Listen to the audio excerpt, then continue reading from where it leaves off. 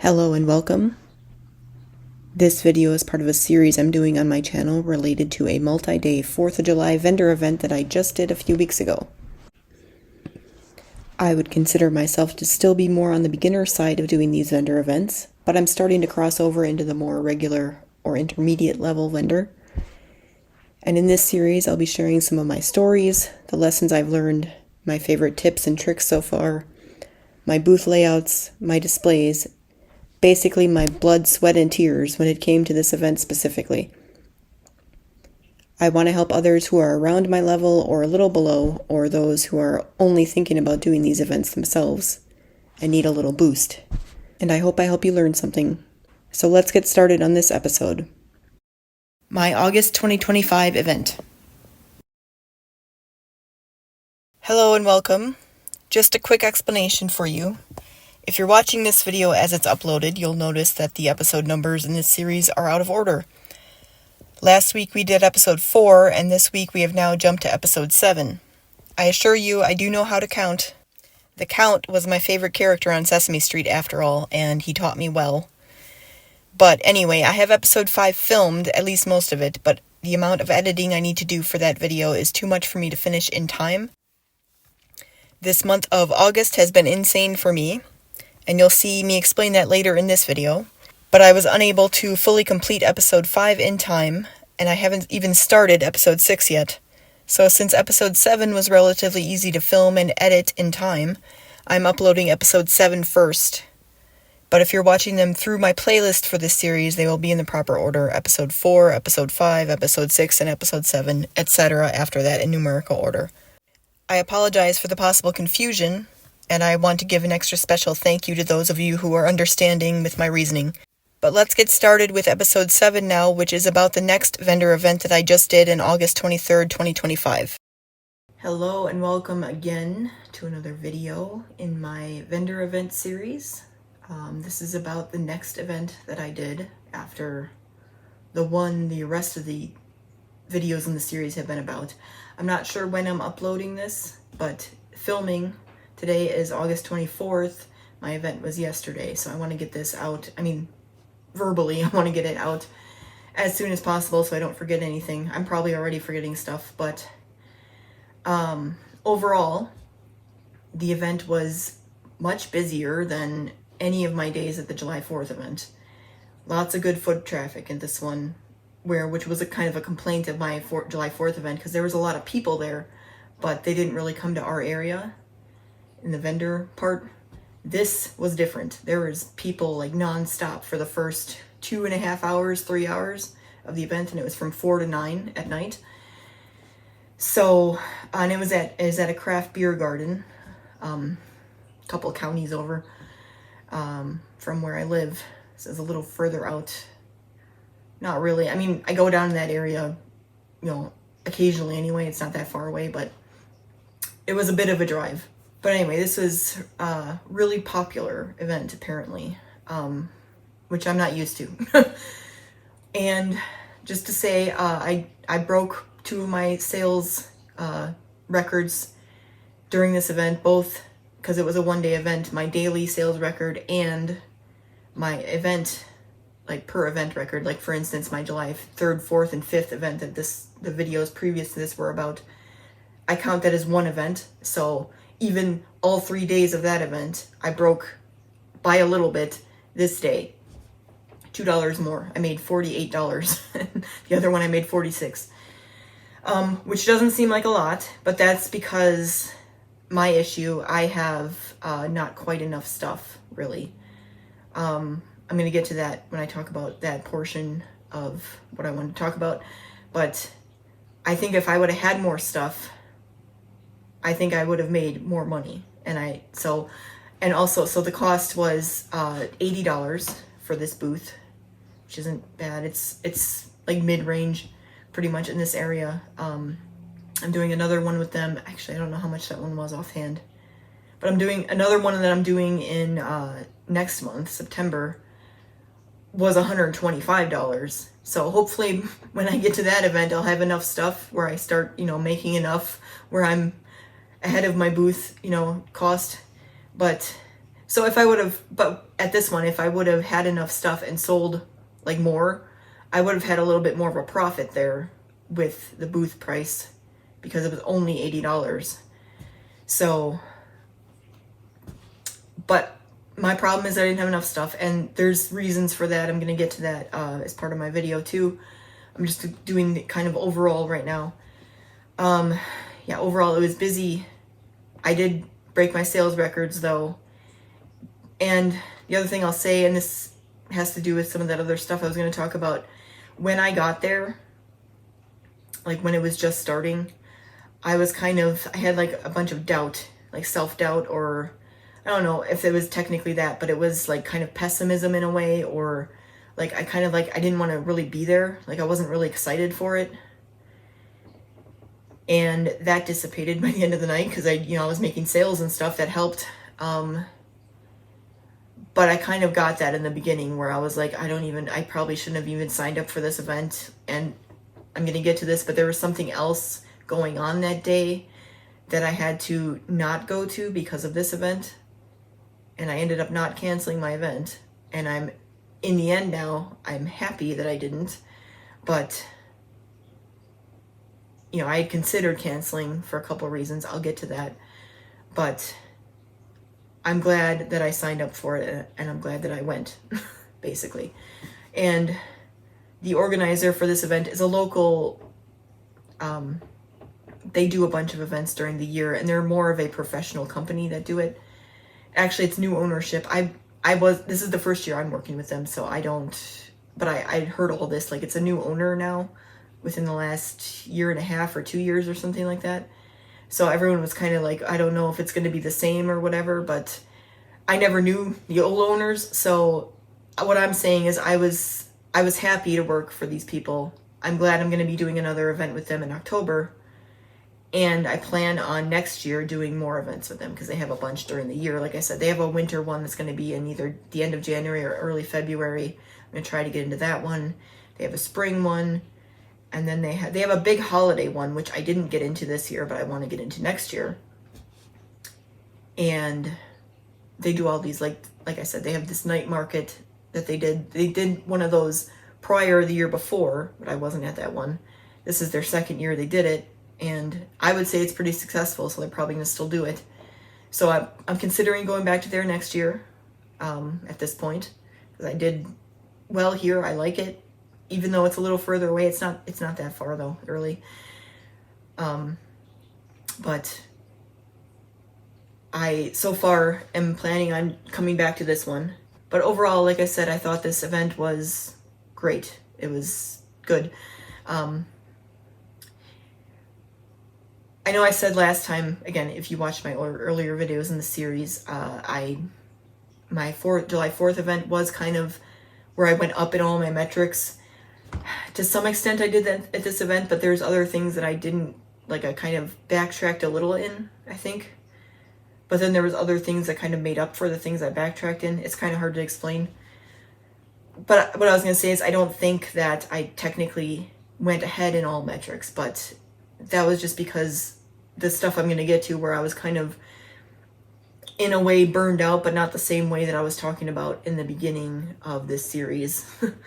If you watch the first episode, I talk about that. I was on the verge of burnout, but I have now, starting today, a rest period for a couple of weeks. I mean, I'm still going to be working on stuff. I have videos to film and stuff to make for my next event.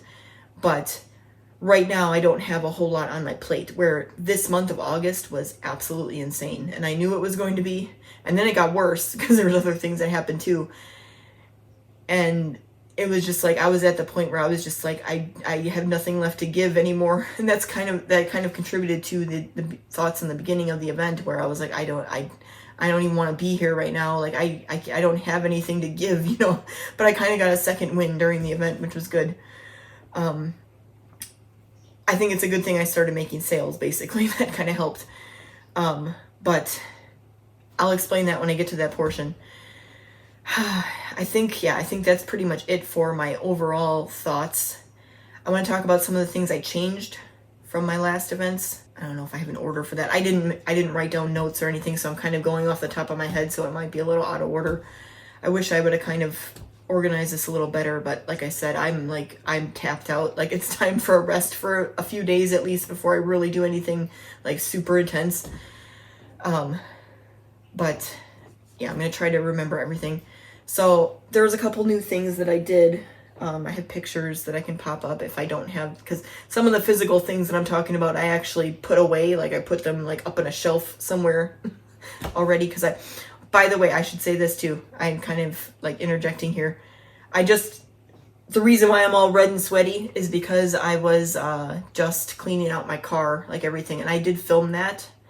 I'm going to be doing a video about that as a shorter video on my channel. It's not going to be technically in this series, but it's related. But I'm going to be putting that out on YouTube, but also all my other social medias as well, like a shorter video.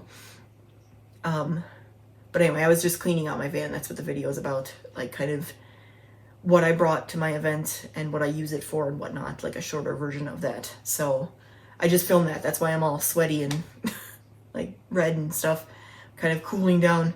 But I wanted to get this out, like I said before, I forget everything.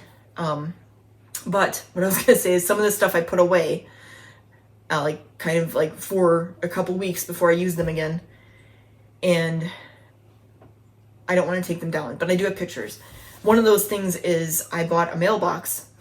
Kind of weird, I know. But I don't know if everyone knows about this, but there's kind of someone went viral recently with painting mailboxes. And I thought maybe I could start doing that, and I can. But I bought one to kind of test it out and see how I would do or whatever, but I bought it to make for my booth. So I painted it my navy blue color, which is my main color of my brand, and then white is kind of my other alternating color, my contrast color, whatever it's called. I'm an artist, I should know, right? I don't know. But anyway, so I painted that. There's a picture. And I used it at my booth, and I put the flag up on it, and I have it open, and I have a sign on it that says, please take, or flyers, please take one. I think that's what it says exactly. It's on the picture. But, so, if you remember again, if you watched one of my earlier episodes about my last event, I had issues with, because I had flyers made, or I made flyers myself. I printed them out, two-sided, with like all my information, how to follow me, how to contact me, whatever, if you're interested in anything like that. But at my last event, I didn't have a place to put them where people could just grab them. I was really giving them out if someone asked, like, do you have a card or whatever. I got new business cards too, by the way. So I had those too. But business card and the flyer. If people asked about it, if they wanted one or whatever, I would have to like take them out from behind the checkout where I had them and give them one, or I would give them to people in their bag whenever they bought something. But I didn't have a place for them to just grab one because I didn't have anywhere to do that, like where they wouldn't fly away, because they're just they're a piece of paper, you know?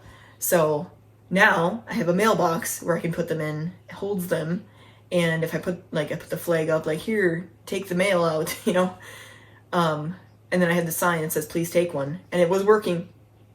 People were taking them, walking by, and I had it at the very front of my booth, so if people were walking by and they kind of saw what I did, but they weren't interested in anything necessarily, but they're like, ooh, that's kind of cool. There were a couple people that went by, for instance, and made a comment like, oh, do you do custom stuff? And I do have signs that say I do custom stuff, but, you know, maybe they didn't see it or whatever. And I said, yes, I do. And they're like, is this your flyer sticking out of the mailbox? Yes, it is. Okay, I'll take one, you know, and they just kind of walked by. So, and then there were people that just took one. So it worked out good. And as I said before, I used to have a brochure that I made, which is a little more hardy and could kind of stand out there with it, depending on how windy it was. And it was windy at this event too, in the beginning. But depending on how windy it was, you know, maybe it would still fly off the table. But brochures are a little heavier and hardier, like I said. and they didn't really fly off the table. But the brochure is a pain to make. And I made them myself. I didn't have them like made or printed and put together and stuff. I had to like figure out how to like put the pages together and whatnot and print them all in the right order and like, you know, staple them together and stuff. So they took a lot of effort on my part. And when people would take them and not use them, like not contact me, not follow me, it was kind of like, why are you taking that brochure? And I said this in my other videos where it's like, they would most of them would act interested in it. Like, oh, I really, really want this. This is beautiful work that you do, blah, blah, blah. Do you have a card brochure, blah, blah, blah. So I'd give them one, or they would take one off the table that I had out, and then they don't, you know, again, they don't contact me, they don't follow me or whatever from it. And then it's like, why did you take my brochure? I'd rather save those for the people that actually are going to contact me and follow me and whatnot. You know, they take a lot of time and effort to make, but that's the problem. It's the, like, brochures are good for like keeping them out so people can just grab them, but they take a lot of time and effort to make. So I don't want just everyone taking one if you're not really interested, and I don't want to just shove them in everyone's face or whatever. You know, oh, that's interesting, but I'm not really interested. But you know, I appreciate your work or whatever. There's people that don't appreciate whatsoever, but then there's people that, you know, I don't want to spend the money on this right now, but I want to tell you that your work is beautiful. Thank you, you know. But then if you're not going to either follow me or buy anything from me ever, don't take a brochure, you know. So I think I've solved this problem now where I have flyers instead. They're relatively easy. I have a printer that can print both sides right away. I don't have to put it back through or anything like that. And then I just, you know, grab those. That's all I have to do, and shove them in my mailbox now instead, you know, where people can just grab them. So that's something I solved now with this event, and it worked well. So I like that. That was a good idea. And, you know, if people, no one really said anything about the mailbox at all, really. They're like, oh, cool, you painted this mailbox or anything like that. No one said that, just in general. But also, like, I thought, I didn't advertise it exactly, but if anyone wants me to paint a mailbox for them, because I know, again, it's kind of a viral thing that's going around, you know, I have an example of it, basically. I mean, it's not a really good example for like a home, like I don't have like the last name on it or something like that, but you know, they have to connect the dots a little bit. Like I said, I'm not advertising it, but it could be like, oh, you paint mailboxes, you know, it'd be kind of cool to have a less bland mailbox at my house. Would you paint one for me? Yes. And you have an example there where you can be like, yeah, look, I've done this. So also they have to kind of connect the dots too with me. Like maybe I just bought that, you know, and someone else did it. I didn't do it myself. No one really asked me, like I said, about the mailbox. So, but you would think with, again, connecting the dots with me painting everything else, you'd be like, oh, did you paint that too? Yes, I did. So do you want one? You know? But that might happen at later events. I'm not sure. And I have to kind of figure out how to advertise that at the event too. It's one of my things that I have to work on towards the end of this video that I want to talk about. But, kind of going forward, like how do I advertise certain things that I do in a way where, you know, people are going to see it while they're at my booth, especially because this is something I'm going to talk about with another thing. I'll talk about that next, actually, where people just kind of filter in and filter out. Like they're not really staying very long. Some of them do, but they just kind of, most of them either walk by completely or they come in real quick, and even if they buy something, they'll buy something really quick, but they don't really look at everything in the booth because it can be kind of overwhelming. I understand that, but like no one really stays because there's so many other booths. Like they kind of want to go around and look at everything. So it's not like, you know, they're coming to a store or something like for the purpose of like, oh, I heard about this store. Let me walk in and see what you have and kind of linger a little bit and look at everything, you know. It's not like that when you're out in like a pop-up market like this. So that's part of the problem there. And I would like to solve that. I would like people to stay a little longer so I can kind of have a conversation with some people and where they can really understand what I do. But, you know, it doesn't really happen at these markets, really. I'm not sure how, like, the next thing I was going to talk about, I was trying to do something to get to my booth to be more interactive, which another thing is the vending machine. I have it right there where I'm filming, so I see it right now. But I've talked about that in other videos, and I have a video about it. I did bring my vending machine again. I'll talk about this real quick. I did bring my vending machine again. No one used it this time at all. But again, so I have vouchers in there again.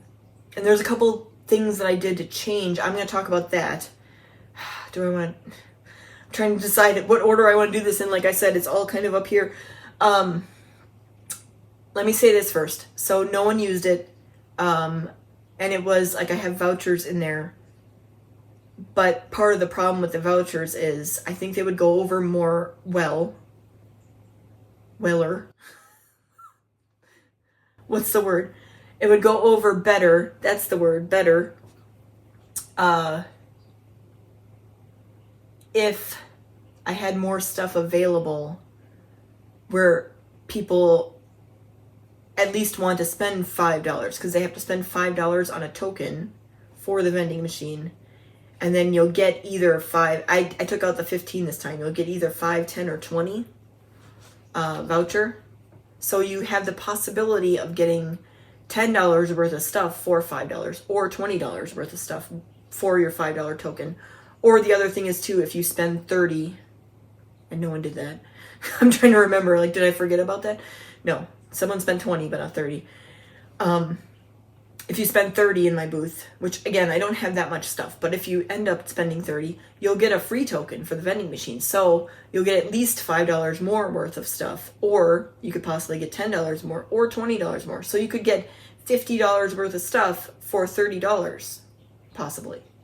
Or you can get $20 worth of stuff for $5 at the best. And if I had enough stuff in my booth, people would be like, oh, I want this, I want this, I want this.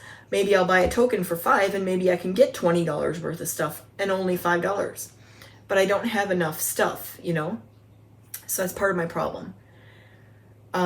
My husband mentioned too, because my husband was there to help me. He was actually there he left a few times to go to the van, but he was there at the booth a lot of the times that I was at this event. He kind of worked with me today, or yesterday, sorry.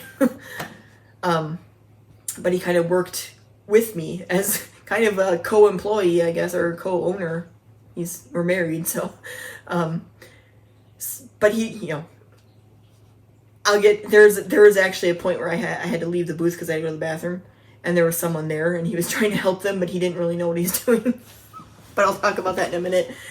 But anyway, he had mentioned about the vending machine, because we would talk, like, when we had downtime, like, kind of trying to talk about different solutions for things, and he was talking about trying to put stuff in the vending machine, and I'm like, yeah, I'm trying to figure out, like, what I could put in there to have just where people can just buy them, like mystery, whatever.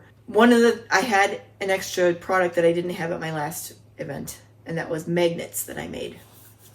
And I had a few different sizes of them or whatnot. And he suggested putting those in there. And I'm like, yeah, but I don't like the idea of, like, randomizing those, because some of them I had, like, sayings on there, and maybe, like, you don't agree with the saying or whatever. Like, I try not to be too controversial with anything, but yeah, some things just aren't like you know? So I don't want someone to spend whatever price that token would be or whatever for the magnet and get something that they don't want in there. I mean, I know that's the part of the mystery thing, but with the sayings especially, like, I worry that those are too, again, I don't have anything super controversial on them, but I'm worried that they're too, I don't know the word I'm looking for. I was going to say divisive, but that's not exactly true. They're too personalized for certain people. Like, some people like this and some people don't, and then some people like this one and some people don't like that. You know, those are more like on personal preference or whatever. That was one of the things. The other thing is I don't have enough magnets. I would like if I had enough to like fill one of my rows of vending machine with magnet, and then have enough on the outside as well for people to kind of pick which one they want instead of the mystery one, that would be a little different, but I didn't have enough for that. Also, a few of the ones that I made, if I knew where they were right now, I'm going to get up in a minute and get some stuff. If I find one of the magnets, I'll bring it out. Otherwise, I have pictures too that I can put up. But I had a bunch of them because I'm from Wisconsin. These events are all in Wisconsin. So I had a bunch of magnets that had the Wisconsin outline on it, and then like Wisconsin sayings in it, like OPE and or Midwest things. And southeastern Wisconsin, a thing that you may not have heard of unless you're from this area, that even my husband really didn't do, because he's from Kenosha in Wisconsin, and I'm from the Milwaukee area originally. And I kind of said, yeah, it's more of a Milwaukee thing.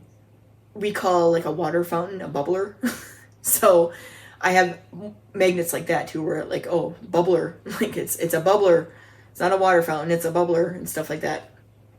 But I thought maybe I could randomize those, because those are more like universal, like Wisconsin things. Not all those things. Like the bubbler thing is kind of niche a little bit, because again, my husband's from Kenosha and he didn't really call it a bubbler growing up, but I did.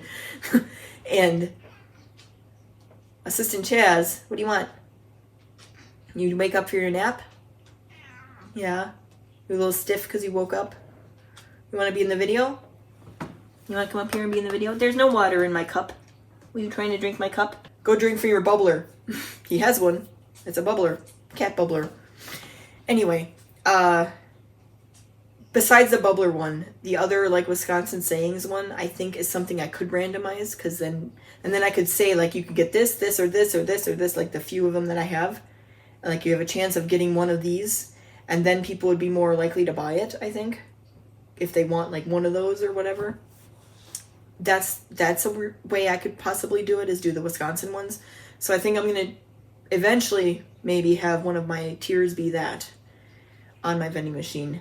The thing is too, though, with that, if I end up with different things on each tier and they're different prices, I have to be more like careful about, like if I give someone a token for a certain price, like, okay, you can only use it in the middle one. So I was thinking of maybe if I had something I could kind of stick in the coin slot and take it out, like, oh, you can use this one for your purchase, because otherwise they might put it in like the more expensive one when they buy the cheaper token, you know. It's something I worry about. So that's why I like having the one price and the vouchers. But another thing too I could do though is maybe with the magnet, and maybe because I eventually want to do stickers and stuff too, I could have like a magnet and a sticker and whatever else in there that will equal $5, which is the same for the voucher, so then I wouldn't have to worry about it. I was thinking of doing like collections of different things or whatever in one package in the vending machine instead of just the magnets. So it's something that's one of the things I have to kind of work on there, is the vending machine. That now, let me go get these. Actually, there is something I want to talk about the vending machine related, so I'm gonna go get the things that I'm talking about. I'll be right back. I'll see if I have the magnets too. Quiet, I'm filming. All right, I didn't find the magnets while I was out. I haven't emptied all my small stuff yet. I did all the big stuff, but the sign I had for the vending machine, I'm going to put a version of the last one I had that was kind of confusing for people last time. So I tried to improve it. So I ended up not having the chalkboard. I used that for the other thing I'm going to talk about. But I had like just a print. I made the sign, like I lettered it, and then I printed it out, and then I put it in between some acrylic sheets. And I'm planning on keeping this for my next event, unless I end up putting a grab bag in there or whatever. But I think I improved on, even though no one used it, I improved on like the wording, I guess, for the sign. So I said, try your luck, because that's what you're doing, right? And with the Shrush Design vending machine. So tokens are $5, or spend $30 for a free token. and you can win $5, $10, or $20 vouchers. So it's a little different than last time. There are a few people who asked me about it, but no one used it, like I said. And like I said, I think the issue is because I didn't have enough like things in the booth where people would buy something, or I didn't have anything in there for them to buy, like I was saying. But that's why it wasn't used. But I didn't have it right in front like I did last time, where I had my checkout area and the vending machine kind of front and center, which is where I wanted it that time. And I decided it wasn't enough of a draw this time, where I kind of rearranged my booth. So I think this sign was better, but the way my booth was set up, not a lot of people even knew it was there. So it's kind of like the other extreme, where it was like right in everyone's face last time, but no one understood what was going on. And this time it was kind of hidden. But there's also, I had magnets on the back because it's magnetic. I had some of my magnets on the back, and where the magnets were was right in front of there. So I couldn't really put it anywhere else because I was using the back of it to hold my magnets too. So that was part of it too. But I'm going to see if I can work that out for the next booth. Try to figure out where I can put everything, because I ended up not using this pegboard that I made. I talk about that in my video that I filmed before this with the emptying of my van. But I had a pegboard that was magnetic that I was going to maybe put my magnets on, but there's issues with that, and I decided not to use the pegboard. So then I was just like, oh, where am I going to put my magnets? So I had to put them on the back of my vending machine because it was magnetic, and like the table in front of it, there's some space. But those were front and center with my small signs, where my small signs were last time in my booth. And those were kind of like the things that draw people in a lot, is small things and less expensive things. I always have those in front, and it works really well there. I don't want to change that. That's great. The magnets necessarily don't have to be there, but the small signs and less expensive stuff there. So that's something that I don't want to change about my booth. I like them there. The cat is throwing up. I don't know what I was talking about before I got interrupted. I'll put it on the screen if I, had to finish a thought or something like that. But the other thing I had, which I thought was a good idea, just didn't work with this event, and because of the event, and also because of my booth and the way it's set up, and it's not quite working out. But I think this was an improvement. So I used the chalkboard that I used for my sign last time for this. I put the remaining amount of vouchers on there, so you see how many are left. So there's 2 20s still in there somewhere, and there's 10 10s, and then there's, 28? 23. I forgot how many there were. 23 5s, 10 10s, and 2 20s. But I'm telling people what's left. So, like, let's say someone uses it and they get a 5. Okay. Cross off one of the 5s. Blah, blah, blah, blah, blah. Someone gets a 20. Cross off the 20. There's only 1 20 left. Uh-oh. I'm going to see if I can get it, I think this was a good idea, doing this. I'm going to probably keep doing this. I'm probably going to, it's a little wonky. I have to kind of fix it. Otherwise, I would have kept it. Okay, I'll just use this again next time. But I'm going to fix it a little bit. But I'm going to do something similar next time, at my next booth, where I have something like this. And hopefully by then I'll have enough stuff where I can convince people to use it more. So, but I think this will be helpful though, seeing what's left. And I might change the wording a little bit too, let's see what's left in the vending machine or whatever. Because I know remaining vouchers is what is that? What's that? I know, but I'll fix it. I'll fix that part next time. But this concept I think is good. And I'm probably going to do that next time, like I said. So that's what I wanted to say about the vending machine. And that's one of the interactive things I have in my booth that would stop people and, would be a little more memorable or something like that. And again, creating connection with people is what I really want to do ultimately.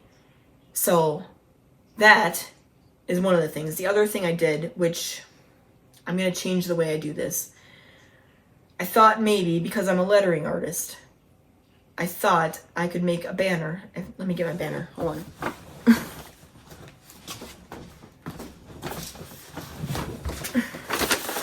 Upside down. Yes. All right. So I don't know if you can see the whole thing, but I made a banner specifically for the event I was at.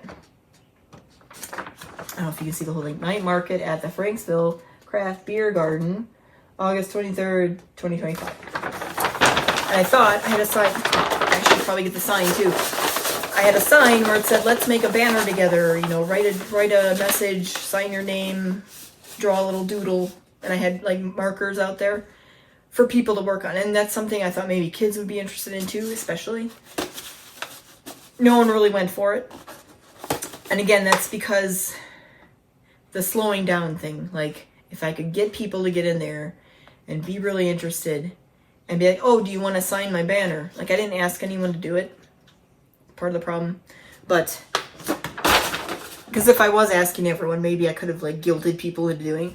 But I thought also, if people signed it, I could post it on my social media later, and then you could find, "Oh, look at this is what I wrote on there," you know, and then it would help people follow, or at least go to my page, hopefully also follow me, but interact with my because I'm still having issues gaining followers on social media. So I thought that might help in that regard too.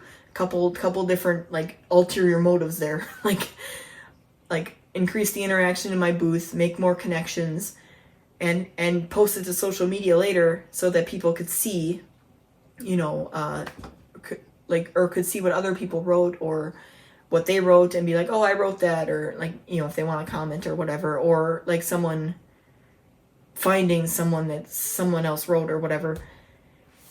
I thought all that could be like a good thing. No one wanted to do it. Like I said, I didn't ask anyone.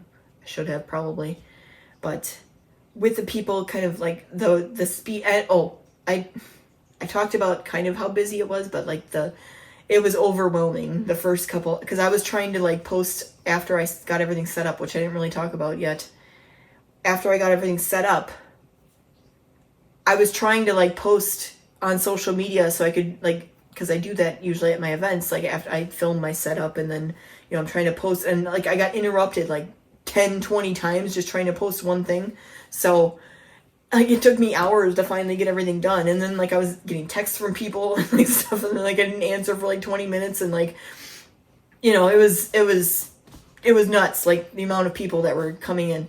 But what I'm saying is that's part of it, even when it's not that busy. But just in general, people kind of coming in and being like, "Oh, this is nice," or maybe they buy something and then they kind of want to keep going to go to other booths. Like they don't want to stay in my booth, you know. I'm not trying to be selfish like that, but I am trying to, like, you know, gain connections with people, you know, again, because that's what I'm all about, is doing things like personalized for people and doing custom things. And that's more what I want to do with my business rather than just sell stuff, you know. So I'm having a hard time with that aspect of it at a vendor market. Like I said, if I had like a storefront, it might be different.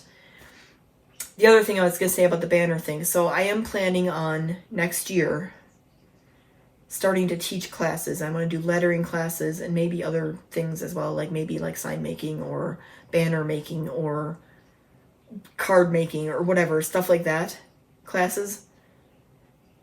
And not only do I want to use my vending machine for that as well, but I was thinking of maybe there, because you have people there, like they're not just filtering in and out, to do something like that where I have like a community banner and we all kind of say something on the banner, and, you know, it's a memorable thing, and then I can post that and then people can find their message or whatever that way too. I think eventually that's a good idea that will work there, especially if it's a lettering class, because then people will take their new lettering skills that they learned and write something on the banner.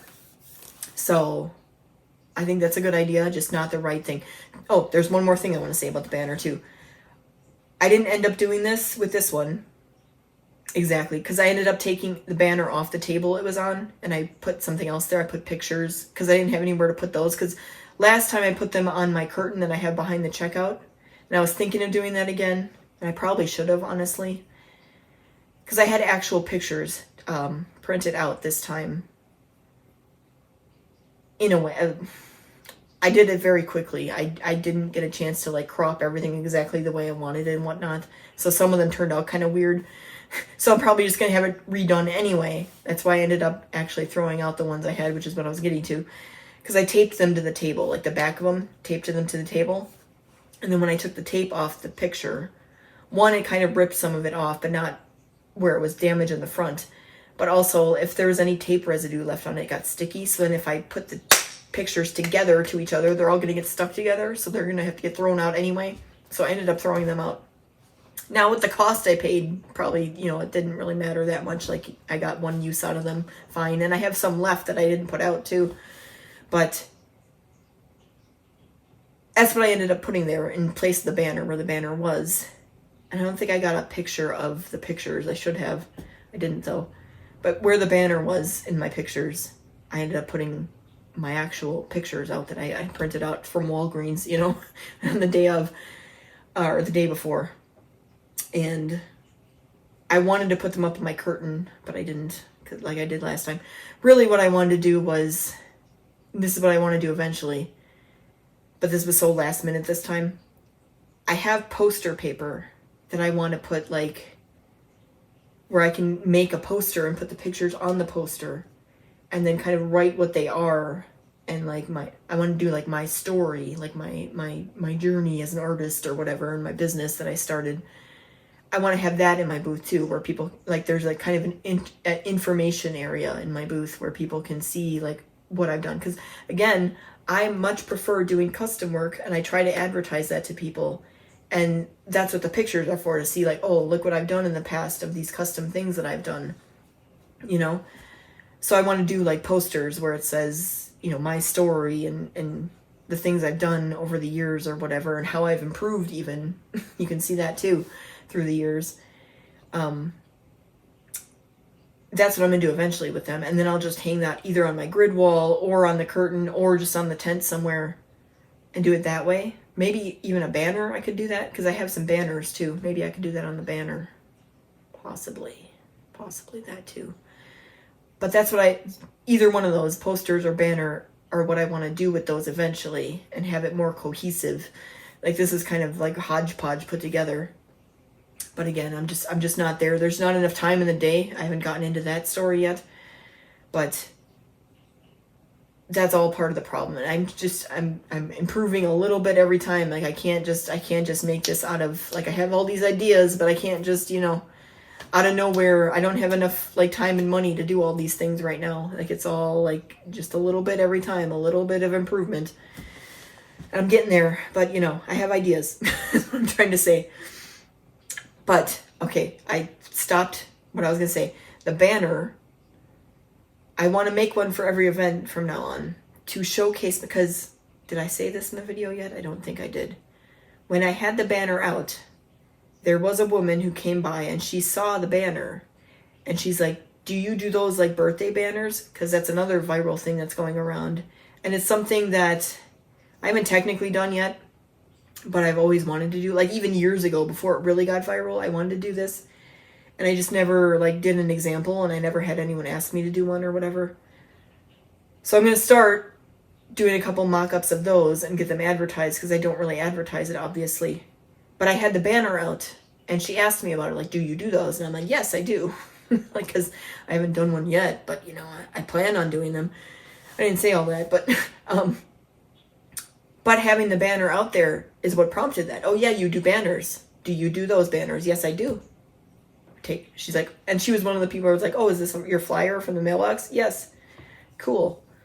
You know, so having the banner there sells banners, you know. Well, we'll see. We'll see if she contacts me, because a lot of people are like, oh, I'm really interested in this, and then they don't. So what I was going to do from now on is make a banner for each event and, you know, get it all fancy and decorated and put it up on like one of my side walls in my tent. Probably in that same area that I have it now. And instead of having people write on it, which I would like to have people do, but I don't think they're interested in, you know, at these events, have it there as still an example. And like, you know, like I said, this has the name of the event on it. I might say welcome to, you know, and then, you know, maybe have my logo on there as well. It would depend on the event, because maybe, like, for instance, the 4th of July event that I did, I wanted to do either a banner or a chalkboard that I made that kind of had, like, the city of New Berlin, which is where I live. Like, maybe, like, some of the problem with my city, there isn't really much recognizable that I could, like, put on there. We have kind of bland buildings and stuff. We don't even have, like, really a downtown area exactly. So I was kind of like, I don't know what I could draw on there or whatever, but I wanted to do kind of like the city of New Berlin, like something about it, and then have like fireworks for 4th of July and happy 4th of July, New Berlin, or whatever. That's what I wanted to do for a sign or a banner. Didn't get that done for that, but it was an idea I had. So it's something I'm building upon, like I said. So anyway, that was the banner. What else did I change? Well, I changed the booth layout a little bit. If you see from pictures, I tried to make it less crowded in there with tables. So I took away one of my bar tables, which I was talking to my husband about this at the event. Having two is like, there's too many because of like the space it takes up.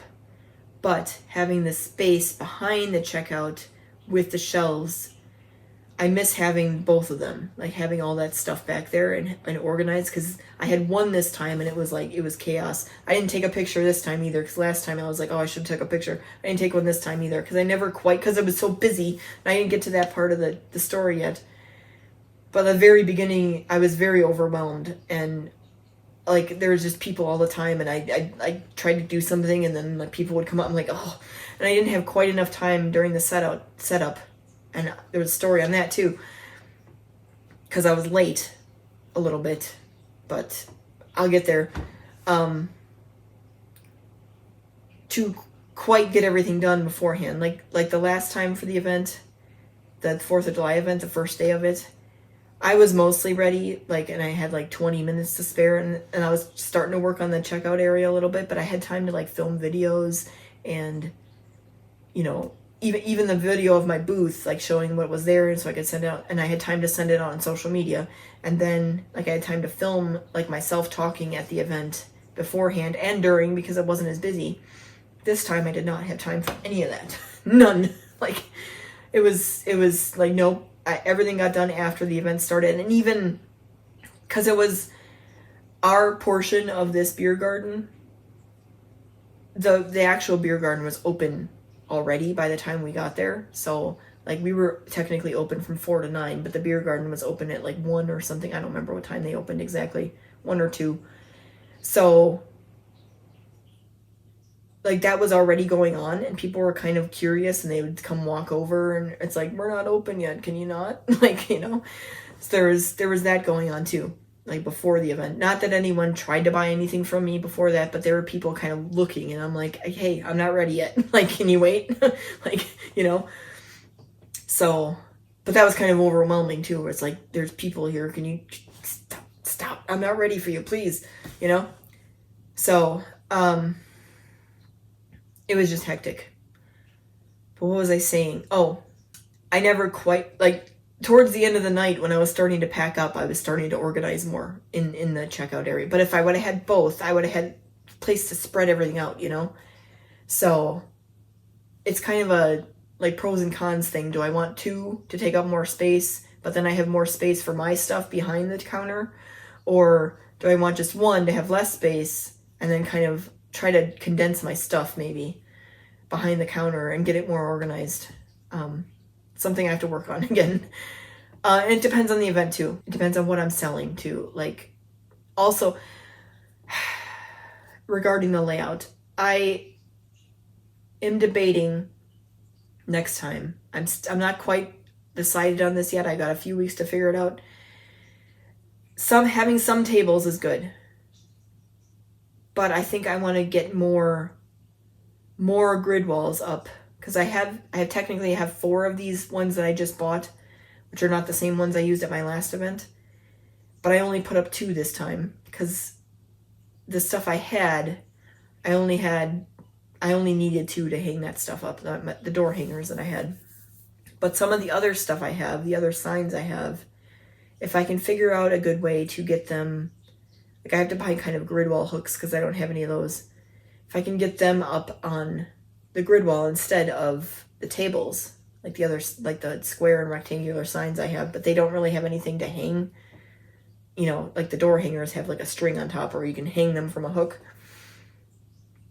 Those don't. So if I get like the little hooks that I can put underneath where they can sit on, I still have to do that. And if I can do that, then I don't need as many tables.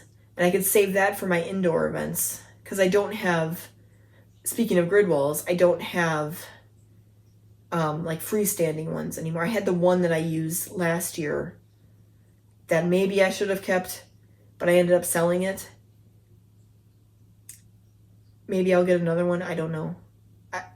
I have a couple events where I have to worry about having an indoor event, but an event where I don't have my tent, basically, where I can hang a grid wall off of it. Some indoor places let you do that though. You can put up your tent indoors, as long as it's the same size, and hang stuff off your tent, but just not have the canopy on it. But some of them are like, I don't want your tent in here. You have to just use the table space or whatever. So it's all like trying to figure out, okay, this is my outdoor setup and this is my indoor setup, you know? Part of the problem. But the door hangers, then I'm not sure how I'm going to display those unless I get a pegboard like I had last time. Maybe I shouldn't have sold it. My husband was like, why did you sell it? I'm like, because I don't need it anymore. But I was wrong. Yeah, so the layout changed a little bit. It was less claustrophobic, less tables, and more grid wall stuff. I had plans for more grid wall stuff, but I didn't end up using the other 2, like I said. But as for tables, I had the 6-foot table and then the benches and then the 4-foot table and then the one small flexible table that I had in the front, which is where I had my small signs and my magnets.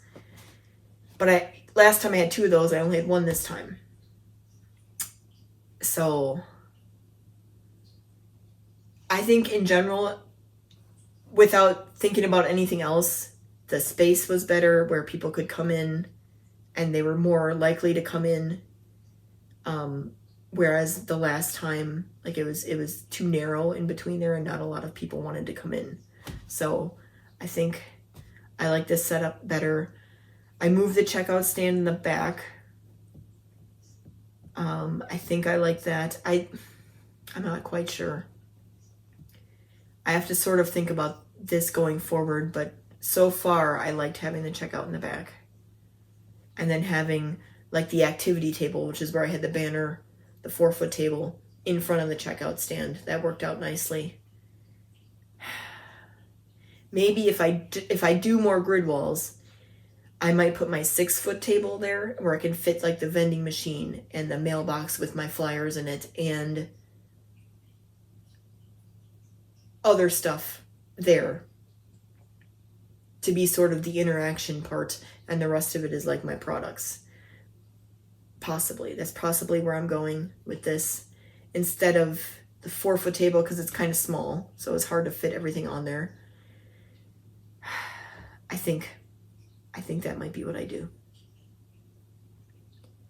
going forward with that. And then save like the tier system I have with the 6-foot table and the bench, the 6-foot bench on top and the bench in the front. Save that for my indoor setups instead. That kind of thing. So yeah, I think that would work better. I think I'm kind of thinking out loud here, but I think that's the direction I'm going for the next event. But we'll talk about that when I get to that event.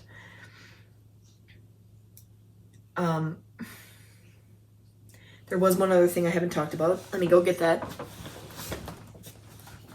Okay, first of all, I wanted to quick bring this in. If you remember this from my other event, I painted it white now, so it matches better with my brand colors. It's more cohesive. So I did do that. I also got this thing, which is already white, but it matches with that now too. I painted my vending machine too. I painted it my brand color. I don't think I mentioned that, but I may have already popped a picture up. But so I got this. This is for email collection, basically. And I did have one person fill it out. But the problem with it is it was up at the checkout stand. That's where I had it. And I didn't really have room to put it anywhere else. And I think I didn't really want to put it there, but I didn't, like I said, I didn't have room. So I ended up putting it there. And I'm like, oh, I don't know how this is going to work. Because I was either me or my husband was kind of sitting behind the checkout stand or standing back there during the event. My husband was there. I don't think I mentioned that. I may have. I don't know. I don't remember anymore. I'm trying to get to everything. But so it's kind of intimidating with us there for you to like fill this out. You know, the name, first name, last name, and email address, which is what I asked for. So no one, well, there was one person that did, but I'll get to that in a minute. But a lot of people didn't see, they may not have seen it, period, anyway. But it's, like I said, I didn't really want it up at the checkout stand, but there was nowhere else to put it. So I ended up having it up there. So, but I have this sign also. Let's keep in touch. Fill out a contact card or let me know at checkout. And you know what? Everyone that checked out, I forgot to ask. Like, I'm horrible about that. Because I want to get in the habit of asking people for their email when they check out. Or would you like to share your email with me? And for these reasons I have on here. Let me get to that. Where I can just enter it in right away. But, you know, it takes a little time. But anyway, so now what I'm doing is if you sign up, you know, with my email, I will give you a one-time discount when you get, you know, when you subscribe to my emails or whatever. And it's good for a year, your one-time discount.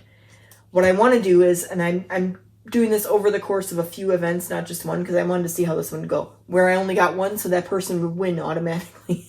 I mean, I guess it's good for them, but I want to try to get a few more emails before then.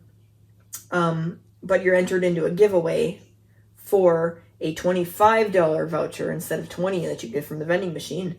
And I didn't write this down actually, but next drawing on, because I wanted to keep using this, and I would just like put in a wet erase marker here so I could get rid of it, or dry erase, I guess. Next drawing on, and I meant October 1st, but I didn't put it here. So that'll cover this event and the next two events that I do. Anyone who signs up any other way before then. But every new email subscriber with a new email address, you get the one-time discount. And I still have to send that out to the one person who has it. But you'll get that for sure. But then you can also get entered into a giveaway. So I'm going to like raffle off a voucher basically. And then I say I will not bombard you with emails. Just a few occasionally with local announcements. So it's like, it's not like you sign up for this and I keep like every day sending you something and whatever. It's just basically, hey, I have this event coming up. Are you going to be there? Or like, these are the products I have still available from my booth that didn't sell. Is anyone interested in them or whatever? Like that kind of stuff. So like maybe like once a month I might do that. Like, these are the products I have currently. Does anyone want these or whatever? Or even also, like, every once in a while, kind of a flash sale. Like, hey, I have too many of these things that I made. Or the end of the season stuff, like the 4th of July stuff that I had, where people did buy a few. The small signs. I had the 4th of July and summer on those two-sided signs that I make. The small ones. So I had those on sale. And a couple people bought them. Like, they were $1 less than they normally are. But anyway, so like that kind of stuff though, like end of season, like, hey, you know, 4th of July is over. Does anyone want these for cheaper? You know, then I can send out an email about it. That's what I want it for. I'm not going to keep like, hey, I'm going to keep bugging you like every week or every day or whatever. I hate that. I'm not going to do that to anyone. But like, I want it to be like a genuine connection. I don't want it to be just, oh, you're a number in my email book or whatever.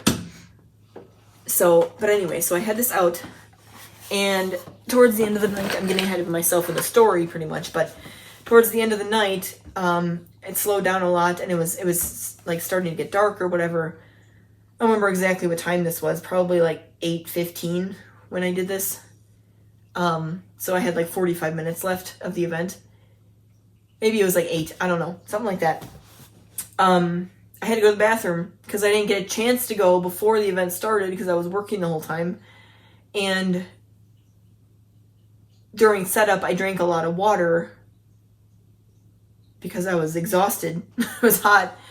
And then we were at a craft beer garden thing, and they gave us drink tickets, which is one of the reasons I wanted my husband there. So I'm like, can you get us drinks?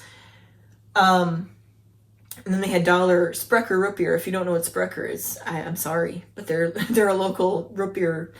Well, they do beer too, but they're really known for their root beer brewery, and it's really good. If you're ever in the area, Milwaukee area, or Wisconsin, I think they sell it all over. They might sell it other places too. I'm not sure. But anyway, they had dollar Sprechers, well, of a certain size, and then the other ones were $3, I think. But my husband, we didn't get the drink tickets until the event started, which I thought was kind of weird. Maybe they should have gone beforehand so we could get a drink before the event when we weren't busy, or when my husband wasn't busy and he can go get one. But they get it to him after the event started. But anyway, so we ended up having 2 drinks each. By the way, I didn't actually drink alcohol. I just had root beer. But what I'm trying to say is I had to go to the bathroom and I couldn't hold it anymore. But my husband was there. I'm like, hey, can you? It's slowed down. Like, and I waited for like one more person to go by, and I'm like, okay, I'm gonna go run to the bathroom real quick because they were real close to us. And can you just watch the booth for like a minute or two while I'm in the bathroom? And he's like, sure. So I go to the bathroom and there's a line. So I'm there. Like, it wasn't that big, but I was gone for like 5 minutes. So I come back and I saw my husband standing in front of the tent, not outside the tent, but like towards the front of the tent, and I thought that was weird. And I'm like, oh, is there like a customer there or something? And it turns out there was. So while I was gone, like, because my husband isn't, first of all, the way I have checkouts, like, I have it through my phone basically right now. We talked about this at the event. We're probably going to get a Square terminal because I use Square. I haven't gotten one yet because of the price tag, and but my husband's like, we're going to buy you one. I'm like, fine. So probably by the next event I'll have one, if not the next one. But anyway, so I do everything through my phone. I took my phone with me. I thought of maybe keeping it with him. But the people paid in cash anyway, so it wasn't that big of a deal. So, but they were still there too. But anyway, they bought one of my small signs that I was just talking about for $2. So I come back and I'm like, oh, I'm sorry, I had to run to the bathroom, and so they had bought one of the signs, and my husband had the cash already for it. So, that was taken care of. But then she was asking about a few other things, and I didn't realize this at the time, and my husband told me later, like, she filled out one of the email forms. I'm like, oh, cool. Someone did that. So my husband was the one that, he didn't ask for it, I don't think, but, I'm like, oh, you made a sale, good job, and they signed up for an email while I was gone too. Like, maybe I should leave more often, So, but from there, I got one email subscriber. It's the day after right now. I'm gonna do it tomorrow. Send out an email. Like, I'm gonna pretend I got more people to sign up. Like, oh, thanks everyone who like signed up or whatever. I only got one, but okay. I might start advertising this on my social media, and not that I have met that many followers, but hey, sign up for my local email list. Here's the contact form for that, because I'll have an online version, and then this is what you'll get, and you'll be entered into a giveaway and stuff like I said.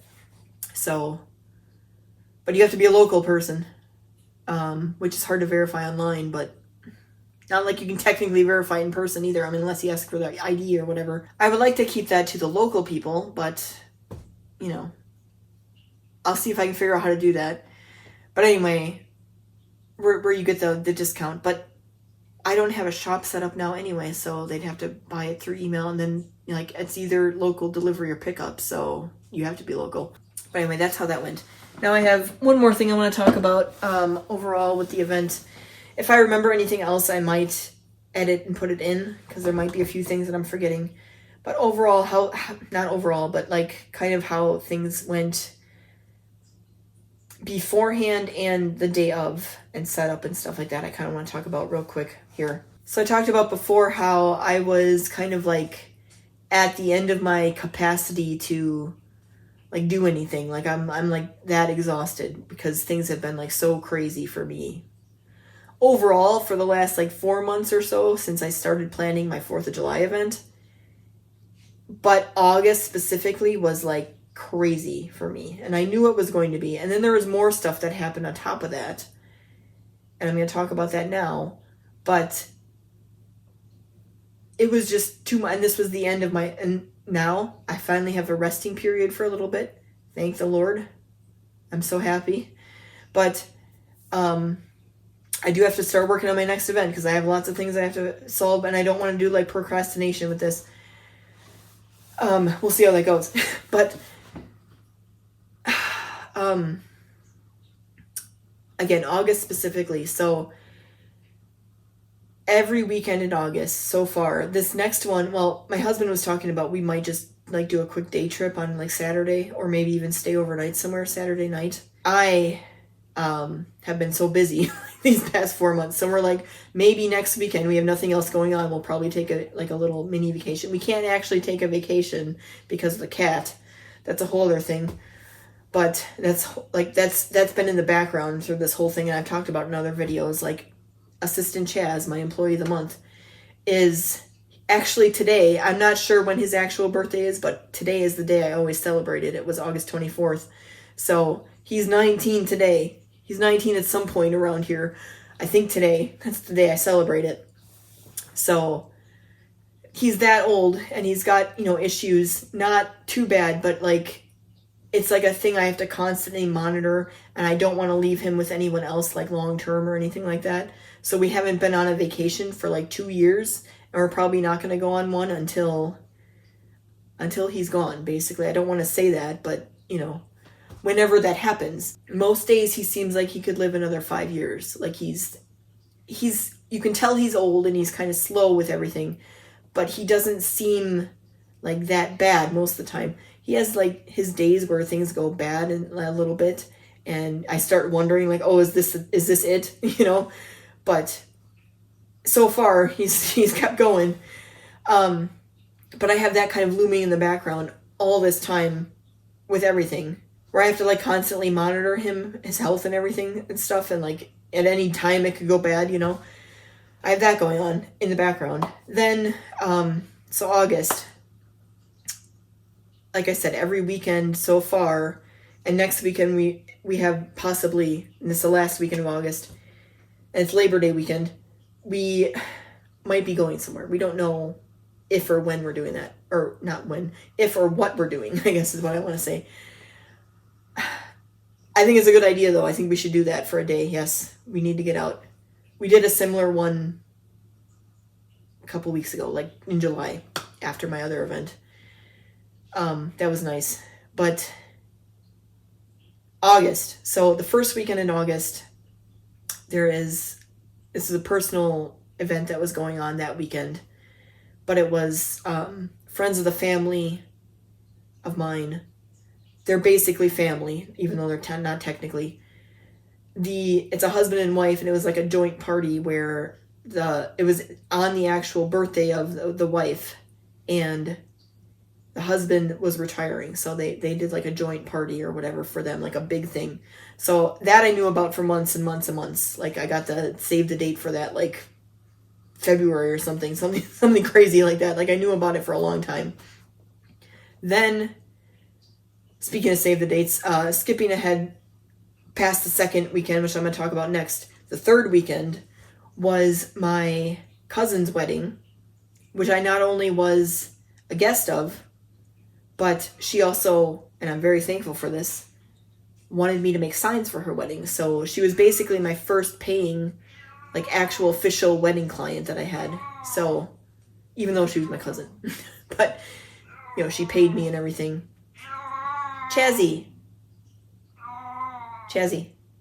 can I finish my video and then I'll fix your bubbler? This was a cousin that she's younger than me. There's a big age gap. I babysat her when I was a teenager, so she was born when I was 14. So she's always been close and special to me. And I'm so happy for her, and she's all grown up now, and But she, not only was I going to be a guest at this wedding, which was enough, for the again, everything going on.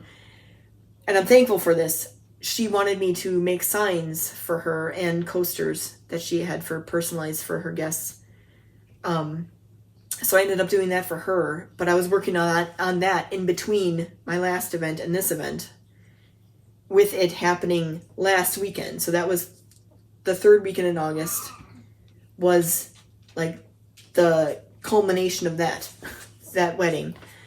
The second weekend, and then the fourth weekend is now, like this is Sunday of the fourth weekend. The event was Saturday. The second weekend in August was actually my birthday. And it was,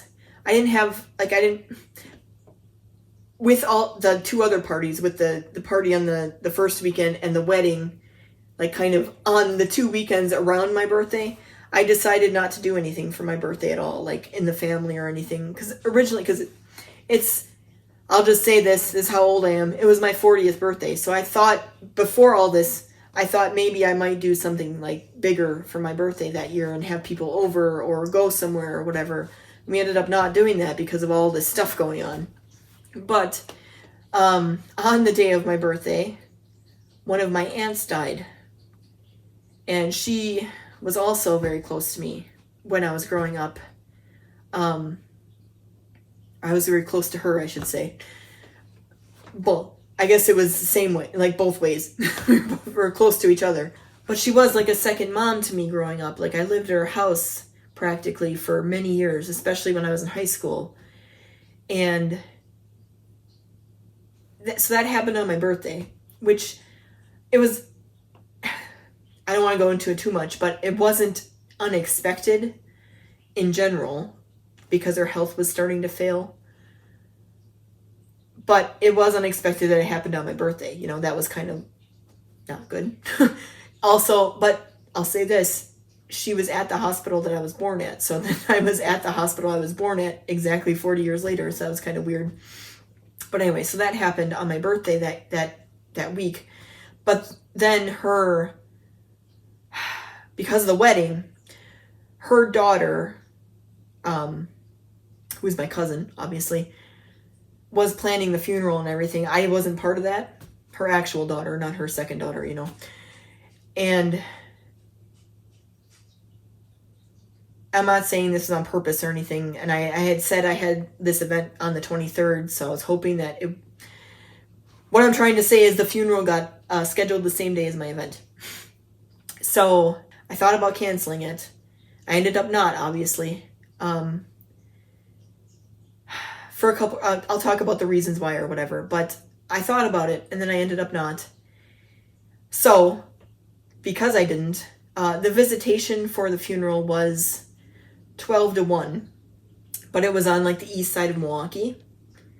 And my event is like in Racine County. So that was it was like 25-minute drive basically from where the funeral was and my event.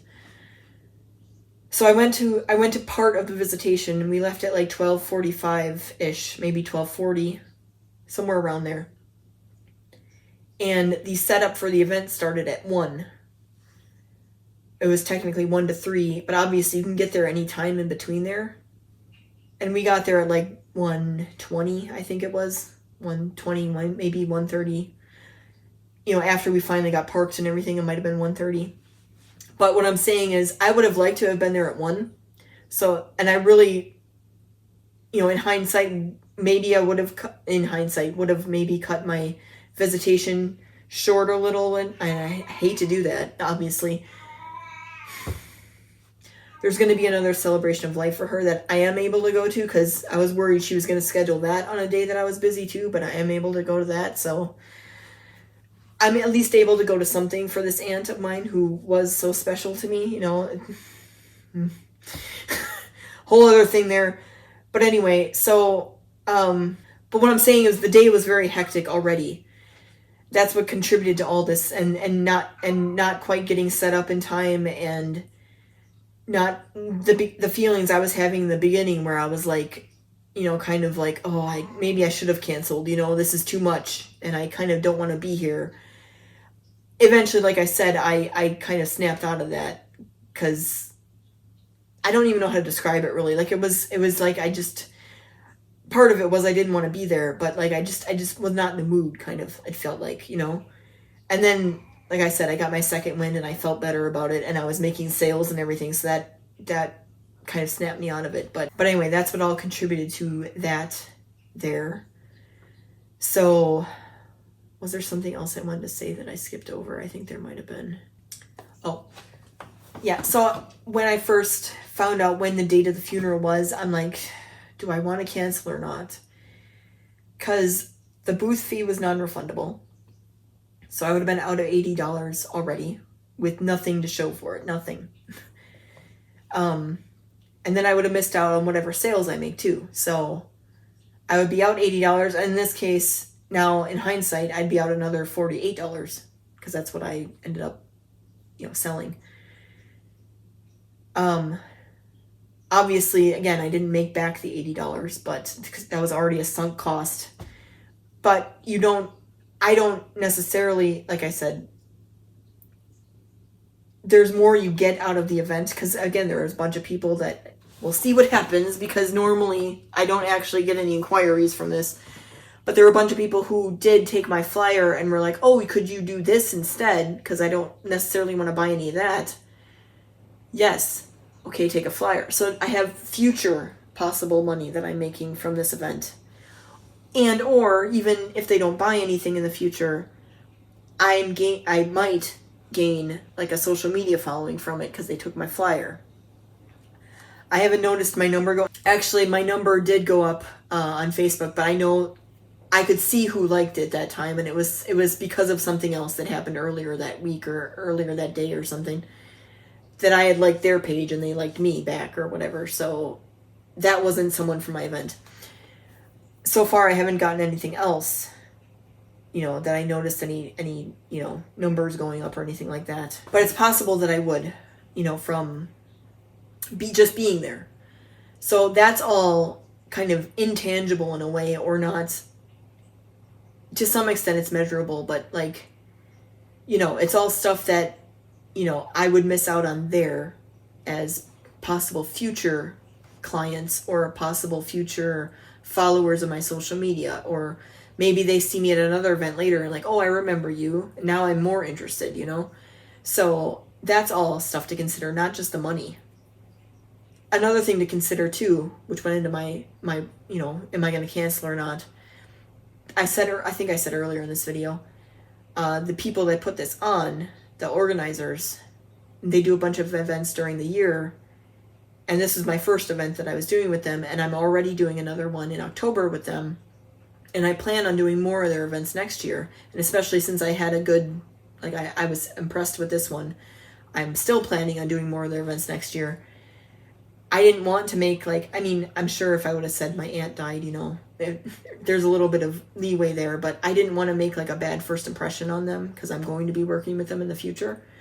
So that's another reason why I didn't cancel, because I want to build a relationship with these people. I want to be at their events, So again, it's different when there's a death. But the other thing about this too is the funeral was scheduled 2 weeks after the death. So, and I know I'm not in charge of that myself, but at that point, it's not oh, it had to be that day, So they might be oh, well, she died 2 weeks ago. Why, So honestly, like I said, if I would have said, I'm sorry, I have to cancel, my aunt died and the funeral is the same day, I'm sure they would have been oh, don't worry about it, But I kind of wanted to make the connection with these people, that's part of the reason I'm there. And I also think my aunt would have wanted me to do it. She had some, like I said, she had some health issues, and she also was struggling with depression and stuff towards the end of her life. So I don't even know if she was aware that I was doing this, but if she was aware, I think she would have wanted me to do it, is what I'm trying to say. And my dad even said that. My dad is her brother.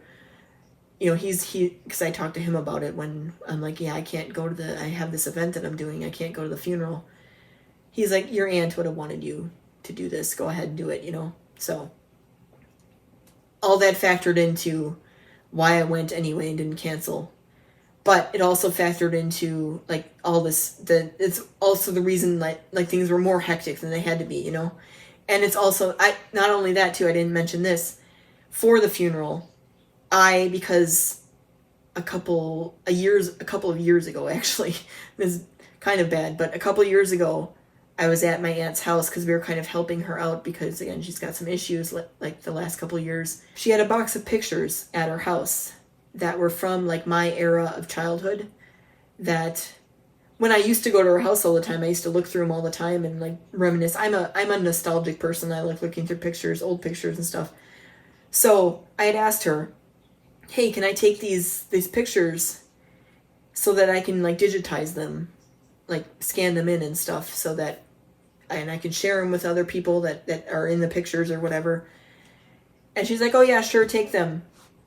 So I did, and so I had all her pictures is what I'm trying to say.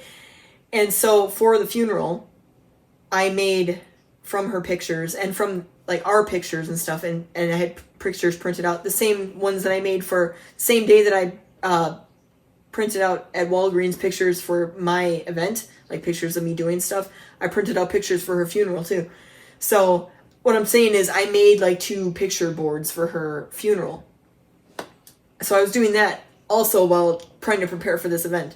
So it was like at that point it was like I can't anymore, like I'm so done. But anyway, it's like the image has been in my head, like especially that day. I don't even know. Yeah, no, actually it was before that. Like the last week or so I've been thinking about this candle burning on both ends. Like this is my brain right now. So but that's what it's been like. It's been absolutely insane. So tying this back to it in one thing, it was, this event in a few ways was better than my last one. But at the same time, I felt like I didn't have enough stuff at this one compared to my last one.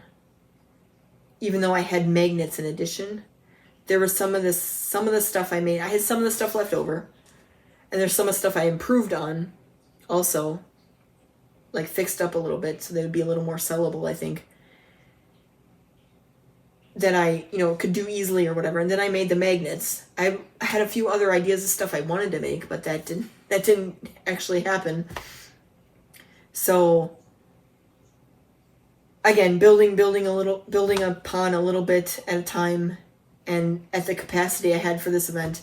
I still was, like I said, I still actually broke all my sales records too. So even with not having enough stuff, I still did. Now, imagine what I could have made if I had more stuff. So I'm going to try to work on that for the next event. I don't think there's going to be as much traffic at that one that there was at this one, so we'll see how that one goes. But the next event I'm doing after that, I think, will be, because both this one and the one I'm doing, and the one I'm talking about, have both the organizers have been on the news, like promoting it. So that's, I think, one of the reasons why it was so busy.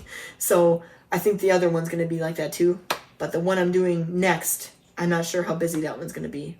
But it'll give me time to kind of work on stuff, I think. And I'll have enough left over from that event for the next one, I think. So, because it's the next week. There's 2 weeks in a row where I have events that time. So that's going to be fun. That's the next thing I have to look forward to. But anyway, I will be making videos about those too. So see you then. And I have a little bit of bonus footage for you in this video because I couldn't really fit it anywhere else. I did film a little bit of my setup. I had a little chance to do that while I was setting up, so here's that footage.